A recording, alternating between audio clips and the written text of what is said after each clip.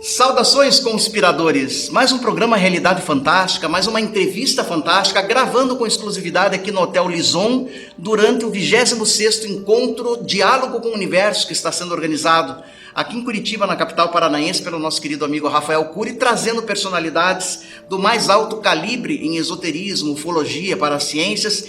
E falando dessas personalidades, nós temos uma aqui ao nosso lado, uma personalidade internacional, tem uma história muito bonita dentro da ufologia brasileira e, por que não dizer, mundial, que é o René Martin.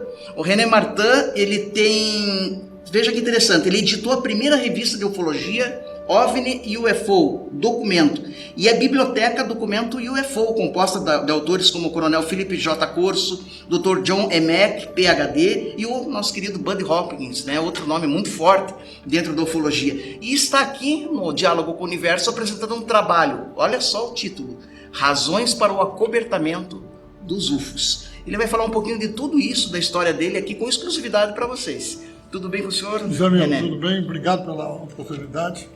É uma honra tê-lo aqui conosco. Vamos começar um pouquinho rebuscando a sua própria história. Como é que surgiu esse interesse pelos OVNIs? Eu fui diretor de 3 instituições internacionais bancárias, né? E em 1979 para 1980, o presidente Jimmy Carter tinha decidido, durante a campanha dele, que assim que ele fosse presidente, ele abriria todo o conhecimento que o governo ou a Força Aérea tinha sobre os voadores. Por que ele fez isso? Porque ele foi num jantar oferecido pelo Lions Club para ele e no final do evento, no início da noite, quando ele mais 21 pessoas saíram para fora do local, viram uma nave se movendo erraticamente, olha só, imensa como a Lua, que coisa. E ninguém sabia explicar o que era aquilo. Isso o presidente Jimmy Carter viu, então testemunhou ele isso. disse que ele iria ser presidente. Foi presidente e não conseguiu nada, né? Porque, e aí faz parte do acobertamento, existem vários níveis de clearance, acesso, né? No governo americano. O presidente americano, pelo que se ouviu falar, de 36 seria no máximo 5. Então, nem ele, nem o Clinton, nem o Reagan, nem o Nixon, que todos tiveram envolvimento com ufologia, que eu vou detalhar na apresentação hoje à tarde, partiram para essa tentativa, não conseguiram. Mas o Truman e Eisenhower conseguiram. Mas antes de entrar nisso, eu queria falar do surgimento do seu interesse pelo... Então, falar um pouquinho da sua história. Eles queriam fazer uma abertura no mundo e em vários países foram lançadas revistas. Certo. Já tinha Flying Saucer Review na Inglaterra, né? Aí apareceu na Argentina com Fábio Serpa, que ficamos amigos depois, Quarta Dimensão. Tinha no México Terceiro Milênio, tinha na Bélgica Bufora, né? E o Dr. J. Allen Hynek, que era um astrônomo, que foi assessor da Força Aérea, né? Não assessor, ele participou no projeto Blue Book como conselheiro, né? E ele tinha o Center for UFO Studies, que eu fui representante aqui. Então, no meu projeto de ufologia, me foi apresentado: você vai fazer a primeira revista, tem que ser uma revista séria, tem que abordar os assuntos com tudo que vai ser lidado. Me apresentaram a dona Irene Grank, que era uma ufóloga, investigadora de campo da APRO, Aerial Phenomena Research Organization, do casal Lawrence, que não tinha uma boa relação com Hynek, né, nos Estados Unidos. Então, trouxe o Hynek também ao Brasil para fazer o primeiro congresso ufológico em São Paulo, em 1979. O senhor foi responsável, então, pelo primeiro congresso ufológico aqui no Brasil e a primeira revista. E 2 documentários de 10 minutos cada um, OVNI Pesquisa e OVNI Documento, que aí tinha General Shoa, Dona Irene Grank, e esses 2 filmes foram distribuídos em todos os cinemas brasileiros, né? Só existe uma cópia na Cinemateca de São Paulo, para ser recuperada, que se não me falha a memória, é OVNI Documento. Bom, o senhor acompanhou e viveu a história da ufologia brasileira. Naqueles primeiros tempos, como é que foi a recepção, tanto do público em geral, e houve alguma reação por parte de autoridades? Essa é uma boa pergunta. Eu mesmo não acreditava em discos voadores. Não. O senhor era você era um cético? Não é cético, eu não lidava com isso, lidava com números, Eu tinha muitos cursos que eu fazia em Nova York, viajava muito e não tinha uma cabeça, era uma cabeça pragmática, sou economista de formação em business, né? Quer dizer, ufologia, metafísica, não era muito meu campo, mas eu tinha um trabalho a fazer, me escolheram que eu era uma pessoa séria, né? Demonstrei logo o meu temperamento com a dona Irene Granke, que me assimilou bem, e as pessoas americanas com que eu conheci, e fizemos um trabalho, né, muito interessante. Acontece que a revista OVNI UFO Documento era trimestral, preta e branca, capa em 3 cores, porque branco não era cor, sim. Então tinha uma cor, o preto e um branco.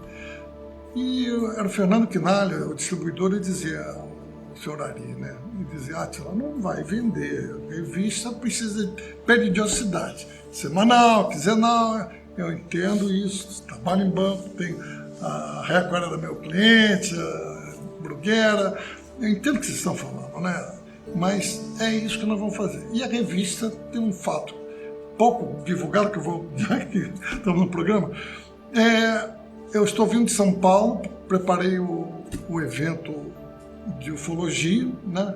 Foi muito difícil que os locais acendessem, mesmo para alugar, mas o seu evento é sobre o quê? Ufologia.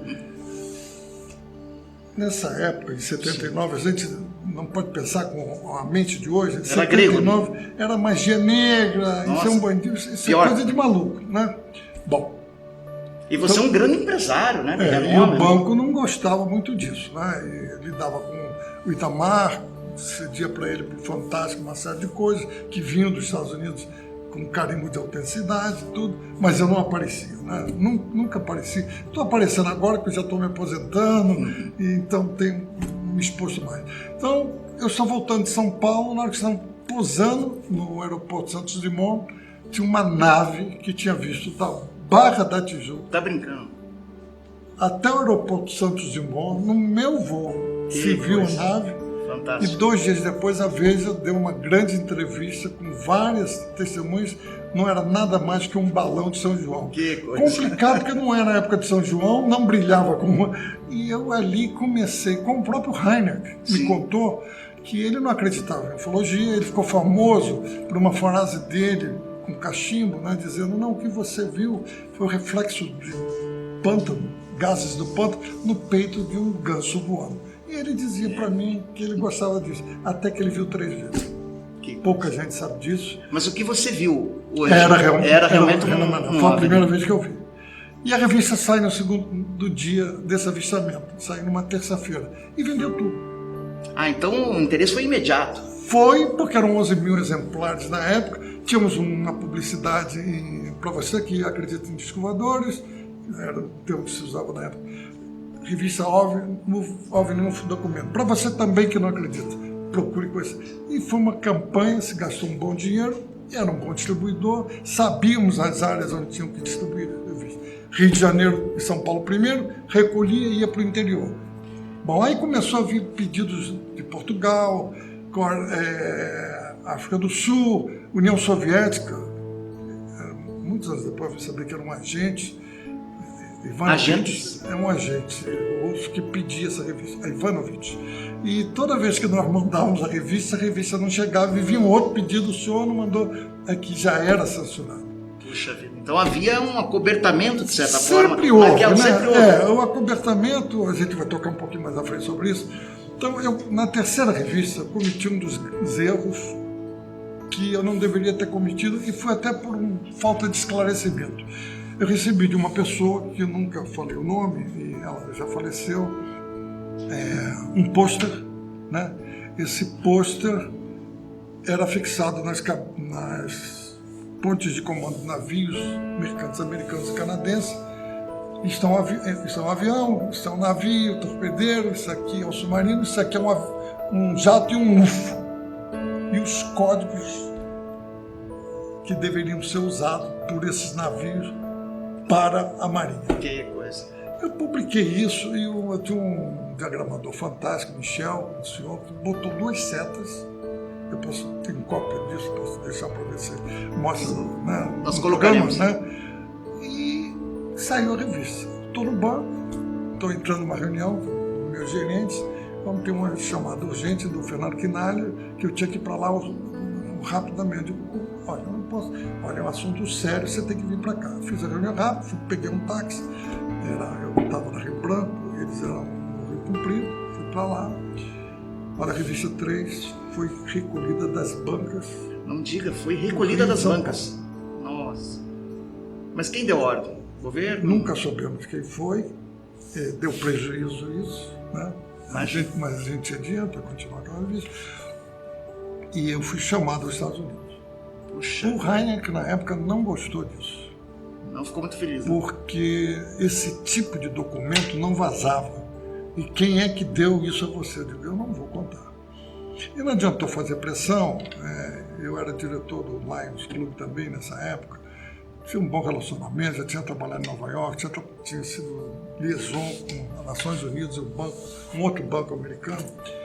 Eu digo, olha, eu sou civil, vocês fazem o que vocês quiserem, acaba com eu estou fazendo o que eu fui programado para fazer.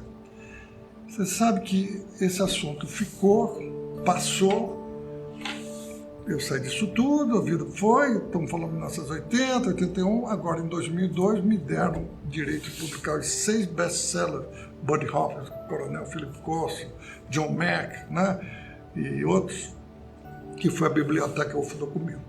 Né. Inclusive o livro do Coronel Corso, que nós já tínhamos no Brasil, quando ficou pronto, ficou proibido de distribuir. Puxa porque vida. Tinha o prefácio do senador Strum, que era um amigo dele, e eu tinha colocado, ao invés de traduzir, toda a documentação top secret de bases na Lua. Eu botei nessa edição. Puxa vida. Então o livro não podia sair. O livro que você compra hoje nos Estados Unidos, The Day After Roswell, em português, Dossiê Roswell, ele é diferente desse que eu publiquei. Depois eles autorizaram que eu liberasse. Houve uma compra de 50 militares que eu autorizei na época, brasileiros, né, que compraram. E esse livro esgotou e nunca mais foi reeditado com essa tradução. Mas eu tinha autorização para editar o livro. Puxando o gancho disso que você está falando, René, você citou Roosevelt.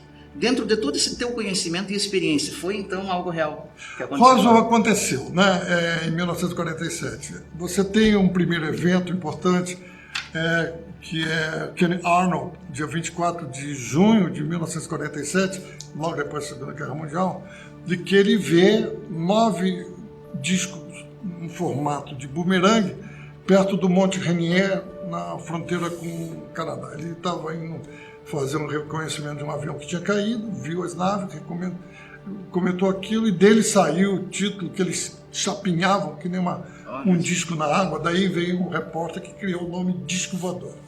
Surgiu daí. Isso 24 de julho. No dia 7 ou 8 de julho acontece Roswell, a queda que Mark Brazel, um fazendeiro, encontrou e tudo mais. Aí, hoje se comenta, não, mas em Roswell foram 2 discos, não é isso. É que há um outro caso, 6 meses depois, em Azteca, também no Novo México, próximo a Roswell, que houve outra queda. Outra queda, viu? Nessa época, estava sendo criado pelo Truman o Majestic 12. Majestic 12. Né? Jaime Sandera recebeu em 1984 um envelope com 2 tiras de filme preto e branco que tinha os documentos, né? E aí caiu dizendo assim, que aquilo tudo era falso, mas você tem um cheque que o Stanton Friedman, um físico canadense, recebeu $1.000 para fazer assessoria ao MJ12. Tem cópia desse cheque, eu tenho esse cheque. Que coisa. Então, isso tudo aconteceu. Mas deixa eu só ligar esse fato. Quando o Roswell acontece, você tinha criação também do National Security Agency, NSA, a CIA estava sendo acabada de formar também, e houve uma divisão, quando eu disse no início que a gente quer analisar com o raciocínio de hoje, quando os Estados Unidos estavam na Guerra dos Aliados, não tinha força aérea, naval e exército separado. Era tudo uma coisa só. E o secretário de defesa dessa época era o James Forrestal. Ele é o homem que todo mundo ficou conheceu ele, o trabalho que ele fez, inclusive no final da guerra no Japão, em Iwo Jima, eu acho que era o Montanha Shibaru, né? Onde tinha uma bandeira americana que foi fotografada com 6 icônica essa imagem. Exato. Só que essa primeira foto não é a que foi veiculada.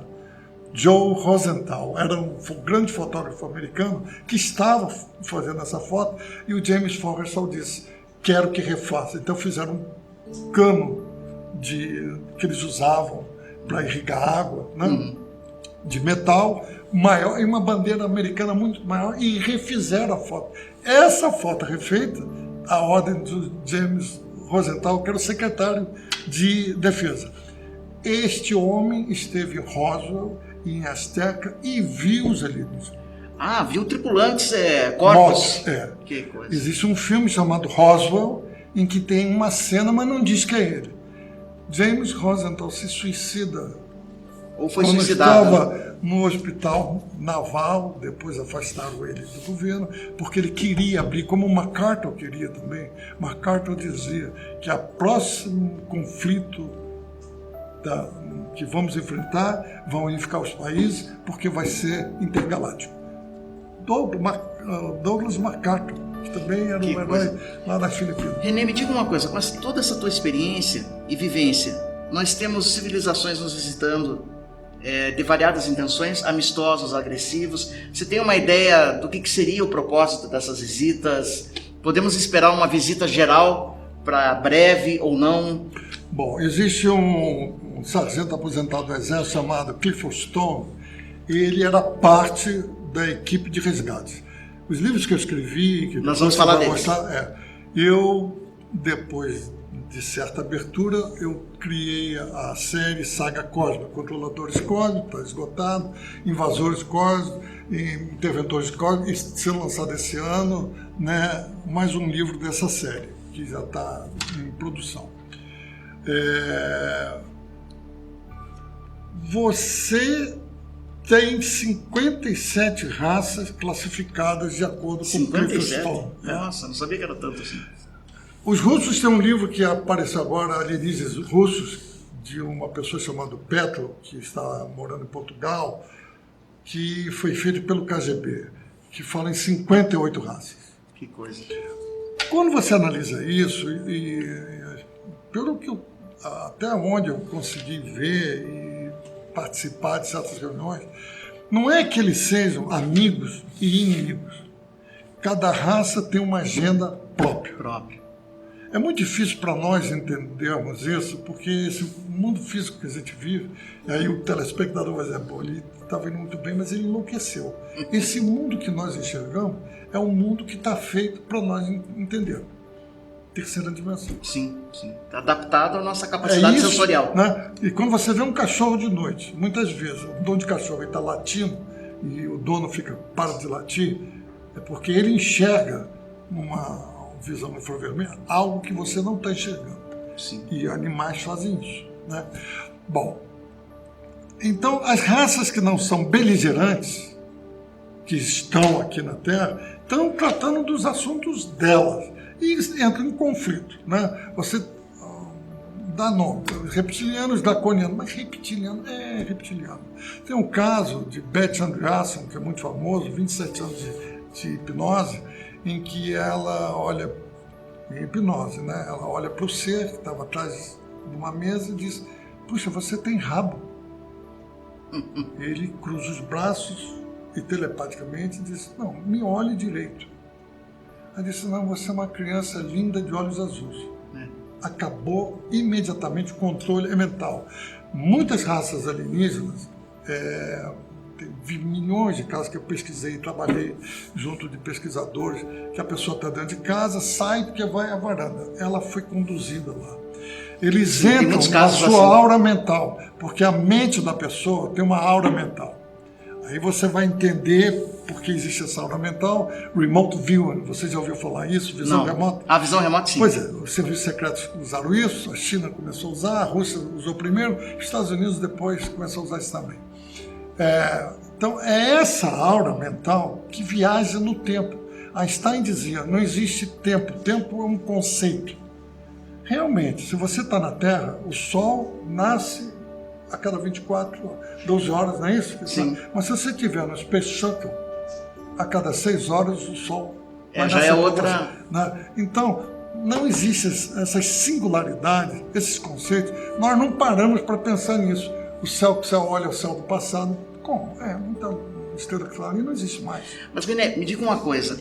Vamos entrar agora no fulcro do... Antes de esquecer, depois voltar... Não, nós vamos falar dos seus livros. Das razões do... Não, mas é isso que eu quero te perguntar agora. Certo. Quais são as razões, então, para esse São acobertamento? várias, né? O grande, se você fizer uma pesquisa, o americano que está fazendo isso, o americano não é bem assim, né?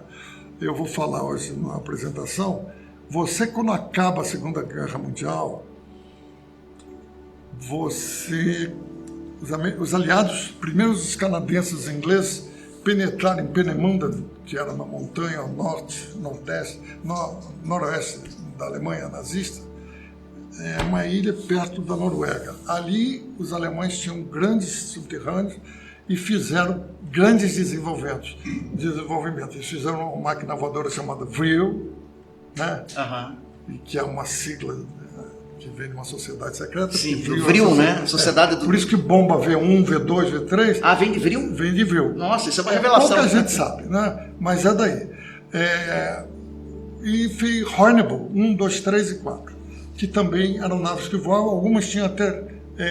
Isso os alemães Fizeram que em 1936 houve a queda de um UFO em Freiburg, na Floresta Negra, e eles fizeram um trabalho de engenharia reversa.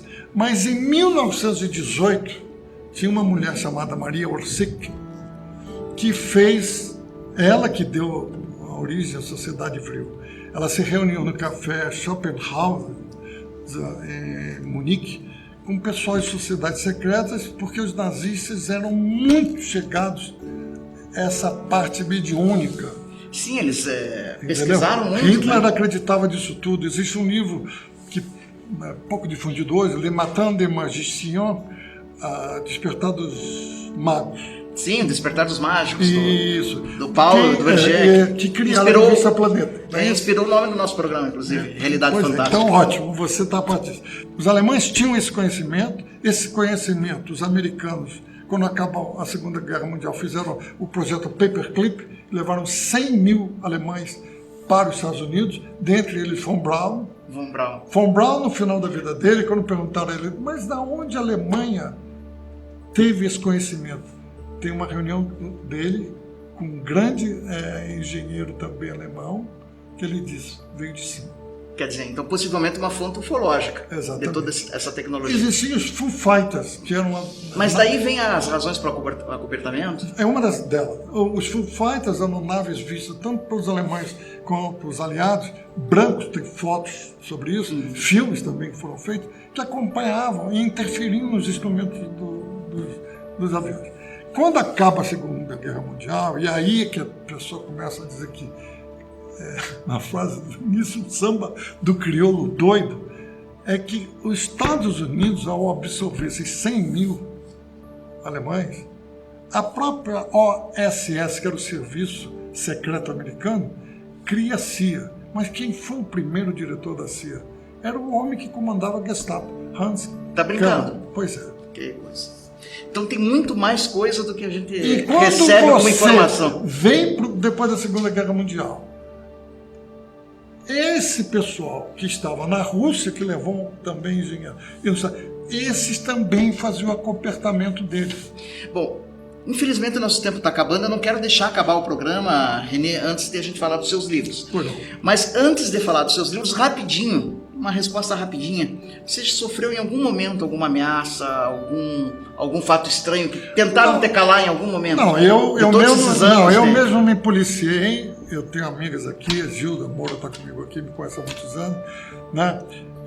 Sempre houve um respeito muito grande e eu nunca escreveria esses romances se não tivesse um nível de seriedade com que eles foram escritos.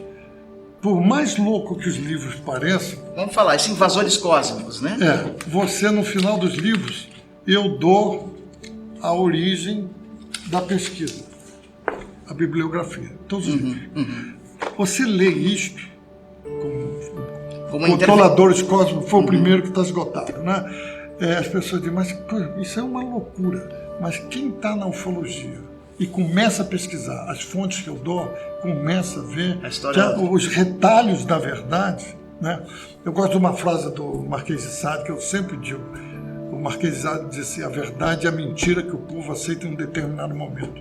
Então, se você diz meias verdades, né, acaba no paradoxo de Bergson. Bergson dizia: eu sempre minto. Se eu sempre minto, ele está mentindo aqui, então ele também fala a verdade. Eu entendi. Você foi muito inteligente em como colocar as coisas a fim de conseguir colocá-las. Exatamente. Eu procurei ser, né? Então, respeitei tudo, só falei das pessoas. Teve casos que eu nunca comentei, tem experiências na minha vida que eu nunca vou comentar, né? Você já foi contatado?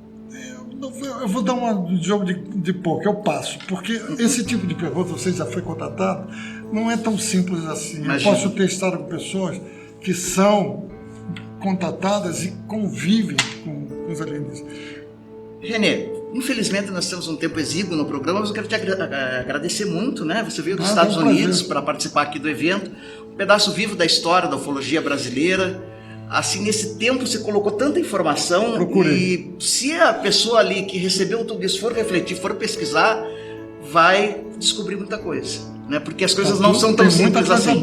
As coisas não são tão simples assim. Antes de terminar, a partir desse ano, a CIA perdeu na justiça o FOIA, Freedom of Information Act, um caso que ela vinha brigando há muito tempo. Então, 12 milhões de páginas foram liberadas, com mais de 100 mil casos internacionais, desde 1900 e pouco, né?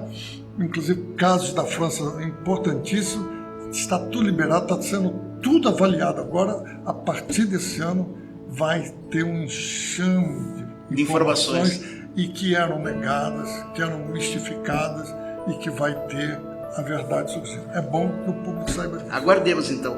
Renê, obrigado pela entrevista, foi excelente. Tá? E vamos conversando aí mais pra frente. E boa palestra, né? Você vai iniciar agora, né, no auditório aqui embaixo, a sua grande palestra.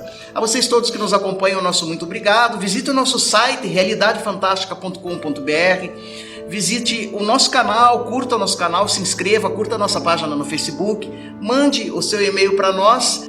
Lembrando sempre que o mistério está entre nós. Até o nosso próximo encontro. Obrigado.